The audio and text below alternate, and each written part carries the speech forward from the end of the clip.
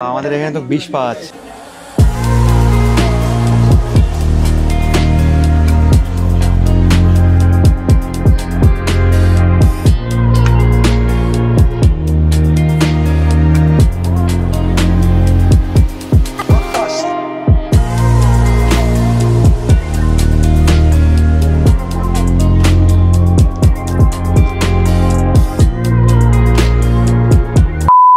Good morning সবাইকে, Japan থেকে সৈকত।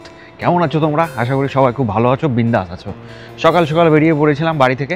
এখন বাজে সকাল ওই ৮টা মতন। আর বেরিয়েছি একটু কফি নেওয়ার জন্য। কফিটা নিয়ে নিয়েছি। এখন আমি যাচ্ছি একটু তোমাদের সাথে গল্প করবো বলে। যাই হোক, ভিডিওটা আজকে এখান থেকে শুরু করছি। কম্বিনি স্টোর থেকে যে কফিটা নিয়েছিলাম সেটাই এই যে কফিটাকে এনজয় করছি। বাড়ির পাশের একটা সুন্দর পার্ক রয়েছে, সেখানে এসে সকালবেলাটা এইভাবে কাটানোটা হয় না। আগে থেকে ভেবে রেখেছিলাম আজকে একটু পার্কে গিয়ে বসবো সকালে। তো যেমন ভাবনা সেরকমই কাজ। সকালবেলায় চলে এসেছি বাড়ির পাশে ছোট্ট পার্কে। আজ কিন্তু সুন্দর একটা রোদ উঠেছে বাইরে। জাপানের পার্কগুলো না মানে অনেক নির্ঝুম হয়, পরিবেশটা খুব দারুণ। আর সকালটা আজ খুব সুন্দরভাবে স্টার্ট হলো, খুব সুন্দর লাগছে।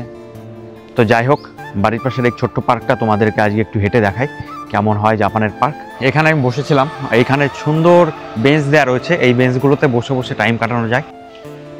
জাপানের পার্কগুলোতে সেরকম কিছু থাকে না, কিন্তু এই লাল পাতার সময় জাপানের পার্কগুলো এতটা সুন্দর হয়ে যায় দেখতে, যা ভাবার বাইরে। আর এই সাইডে জলটা যে আসছে, এই জলটা কিন্তু এখানে যে পৌরসভা রয়েছে সেখান থেকে ছাড়া হয়। এই গাছের এই জলটা দেওয়া হয় প্রতিদিন, এটা একটা ডেলি রুটিন বলতে পারো, এটা প্রতিদিনই দেওয়া হয়। এখানে রয়েছে সুন্দর একটা বসার জায়গা, যেখানে তুমি বসে তোমার সময়টাকে উপভোগ করতে পারো। আর সেরকম কিছুই থাকে না জাপানের পার্কগুলোতে। সামনের দিকে একটু হেঁটে দেখা যাক কি আছে আরো। এখন আমি হেঁটে যাচ্ছি, এখানে কিছু পাথর দেওয়া রয়েছে, জলটাকে পাস করছে। আর এত সুন্দর করে এখানে সাজানো রয়েছে এই পাথরগুলো, মানে মনে হচ্ছে কোথাও কোনো পাহাড়ের উপরে চলে এসেছি। আর ঠিক তার উল্টো সাইডে রয়েছে বাচ্চাদের খেলার জন্য একটা জায়গা, দারুণ সুন্দর লাগে। এখানে প্রতিদিন আমি দেখি কিছু কিছু ছোটো ছোটো বাচ্চারাই সেখানে খেলা করে তাদের মায়েদের সাথে, বাবাদের সাথে। দেখো এখানে ছোটো ছোটো বাচ্চারা খেলাধুলা করছে, তাদের বাবা মা সব দাঁড়িয়ে রয়েছে। এখানে বাচ্চাদের অ্যাক্টিভিটির জন্য দারুণ কিছু দেওয়া থাকে সমস্ত পার্কে, মানে বড়দের জন্য কিছু থাকে না, কিন্তু বাচ্চাদের জন্য প্রচুর অ্যাক্টিভিটি জিনিস থাকে এখানে।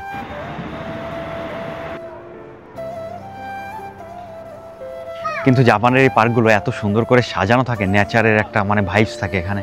আর এত সুন্দর লাগে যে সময়টা এমনি কেটে যায়। এই পার্কে কোথাও তুমি একটু নোংরা আবর্জনা পাবে না। তো এই দেখো এখানে আবার আর একটি বসার জায়গা রয়েছে। আর এই সাইডে দেখো একটা বয়স্ক মানুষ এই মমিজি গাছের ছবি তুলছে।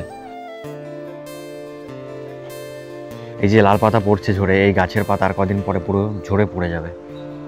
আর এই সাইডে একটা বাথরুম দেওয়া রয়েছে, জাপানের সমস্ত পার্কে এরকম একটা বাথরুম থাকে। আর তার এই সাইডে এসে দেখো আর একটা খেলার মাঠ। জাপানে কিন্তু এরকম খেলার মাঠ পার্কগুলোতে প্রচুর থাকে।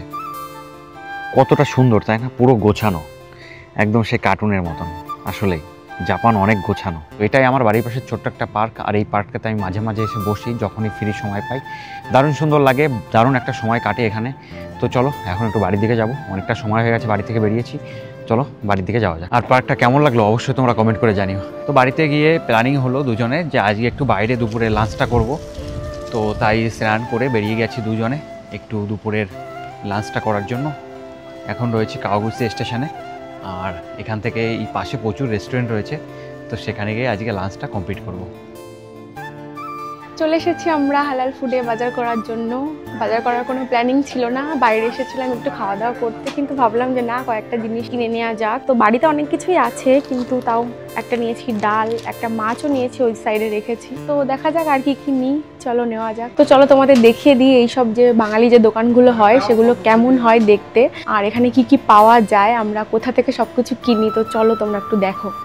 এই সাইডে কিন্তু সমস্ত রকম মশলাগুলো রয়েছে। দেখো এটা পেঁয়াজ বেরেস্তা ভাবছি আমি একটা নিয়ে যাব, অনেক সময় বিরিয়ানিতে কাজে লাগে, একটা নেবো। দেখো ছোট ছোট জিরে, এটা কিন্তু জিরের একটা কৌটা জিরে। তারপরে এই যে অনেক রকম সব রকম মশলাই মোটামুটি এখানে পাওয়া যায়। আর এই সাইডে কিন্তু ফ্রোজেন সেকশন রয়েছে, সব চিকেন মাটন সব কিছুই রয়েছে। আর এই দেখো এই সাইডে কিন্তু ডাল রয়েছে, নানান রকমের ডাল কিন্তু এখানে পাওয়া যায়, সমস্ত কিছুই পাওয়া যায়।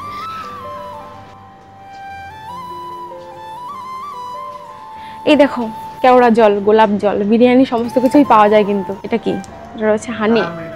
দেখো কি সুন্দর সুন্দর কাঁচা লঙ্কা পাওয়া যায় আমাদের জাপানে। পুরো সেই ইন্ডিয়ান কাঁচা লঙ্কা। এগুলো কি ইন্ডিয়া থেকে আসেনি? হ্যাঁ, লোকাল কাঁচা লঙ্কা বাংলাদেশের। দাও 200 গ্রাম দাও। আমাদের এই জাপানেও কিন্তু কাঁচা লঙ্কা কিন্তু সেই শোয়া হিসেবে বিক্রি হয়। 200 গ্রাম মতন দিয়ে দাও। না, এইখান থেকে দাও। ও লঙ্কা খায়, লঙ্কা আমি খাই। আমাদের এখানে তো 20 পাওয়া যাচ্ছে, মানে 20 ঝাল। 200 গ্রাম মতন দিয়ে দাও।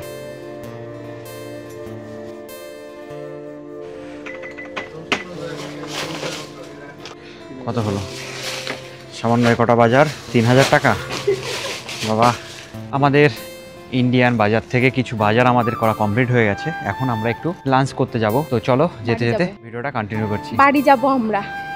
না, আমরা কিছু খেয়ে যাব। আমাদের প্ল্যানিং করে এসেছি, আমরা বাড়ি যাব, কিন্তু আমাদের প্ল্যানিং ছিল না যে এখানে এসে আমরা কিছু বাজার করব, কিন্তু বাজারটা হয়ে গেল। তো চলো। আমার দাঁতে ব্যথা। দাঁতে ব্যথা? আমার দাঁতে ব্যথা, মানে চলো আমার ডাক্তার গালে দেখিয়ে ব্যথা, আসি। তার জন্য আমি কিছু খেতে পারছি না।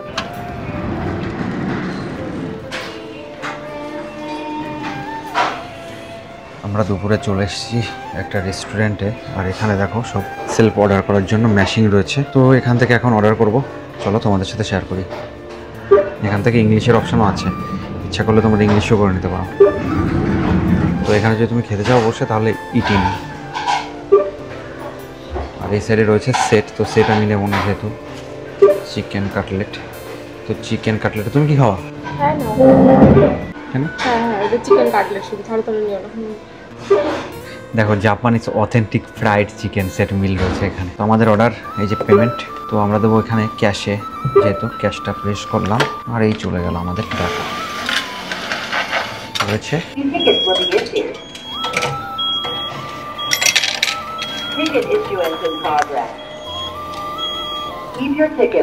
তো এখানে দুটো এরকম টিকিট দিয়ে দেয়, সেই টিকিটটা নিয়ে আমার ইচ্ছা মতন সিটে। আমাদের এই টিকিটটা নিয়ে এখন এখানে বসেছি আমরা, আর এরপরে আমাদের যখন অর্ডারটা কমপ্লিট হয়ে যাবে তখন ওখান থেকে আমাদের একটা নাম্বার দিয়ে ডাক দেবে, তারপর আমাদের ওখান থেকে অর্ডারটা নিয়ে আসতে হবে। অনেকদিন পরে আসলে তো এই জায়গা কেমন লাগছে? ভালো লাগছে। নিয়ে এসছি তোমার জন্য গরম গরম চিকেন ফ্রাই আর রাইস। এটা কি এভাবে তো রাখে না?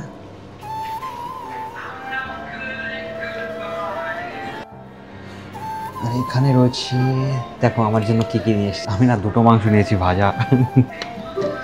দেখো এখানে রয়েছে ভাত, জাপানিজ স্টিকি রাইস, তার সাথে অনেকটা স্যালাড, ক্যাবেজের স্যালাড, আর এটা রয়েছে চিকেন ফ্রাই, একটা চিকেন কাটলেট মতো রয়েছে।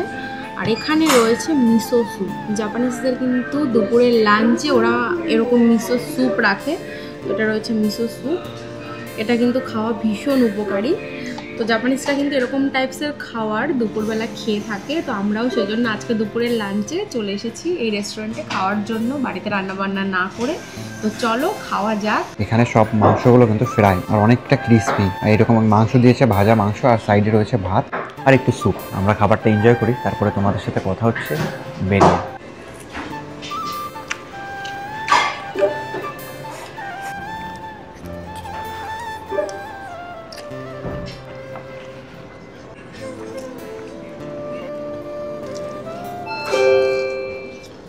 আমাদের খাওয়া দাওয়া পুরো কমপ্লিট। এখন আবার এই প্লেটগুলো ওই কাউন্টারে আবার রিটার্ন করে দিয়ে আসতে হবে, নিজেকে গিয়ে দিয়ে আসতে হবে, ওরা কেউ আসবে না। তো জাপানে কিন্তু এই যে ছোট ছোট দোকানগুলো রয়েছে খাবারের, এটা কিন্তু পুরো সেলফ সার্ভিসের উপরে নির্ভর করে। তোমাকে আবার খাবারটা নিয়েও আসতে হবে, আবার দিয়েও আসতে হবে। খাওয়া দাওয়া করে আমি একটু বাড়িতে এসেছিলাম কিছু জিনিসপত্র রাখতে, যেগুলো হালালপুর থেকে, মানে ইন্ডিয়ান গ্রোসারি স্টোর থেকে যে খাবারগুলো নিয়ে এসেছিলাম কিনে, তো সেইগুলো একটু বাড়িতে থুয়ে এসেছি। আর বৈশাখী রয়েছে ওই সাইডে একটা শপিং মল রয়েছে, ওখানে ও বললো কি যে আজ যেহেতু ছুটি রয়েছে, তাহলে আমি একটু ওইখানে একটু ঘোরাঘুরি করে তুমি বাড়িতে যাও, তো এগুলো রেখে তারপরে তুমি আবার আসো। রেস্টুরেন্ট থেকে বেরিয়ে ভিডিওটি আর কন্টিনিউ করতে পারিনি, কারণ আমরা এতটা পরিমাণে ব্যস্ত হয়ে গেছিলাম যে সময় পাইনি ভিডিও অন করার। তো সবে মাত্র বাড়িতে ফিরলাম, আর এখন বাজে প্রায় রাত 9টা। তো এখানে আর ভিডিওটি আর কন্টিনিউ করছি না। আর আজকের ভিডিওটি কেমন লাগলো অবশ্যই আমাদের কমেন্ট করে জানিও। আর আমাদের যদি এখনো সাবস্ক্রাইব না করে থাকো, অবশ্যই সাবস্ক্রাইব করে আমাদের পাশে থাকো। দেখা হচ্ছে তোমাদের সাথে নেক্সট ভিডিওতে। Bye bye.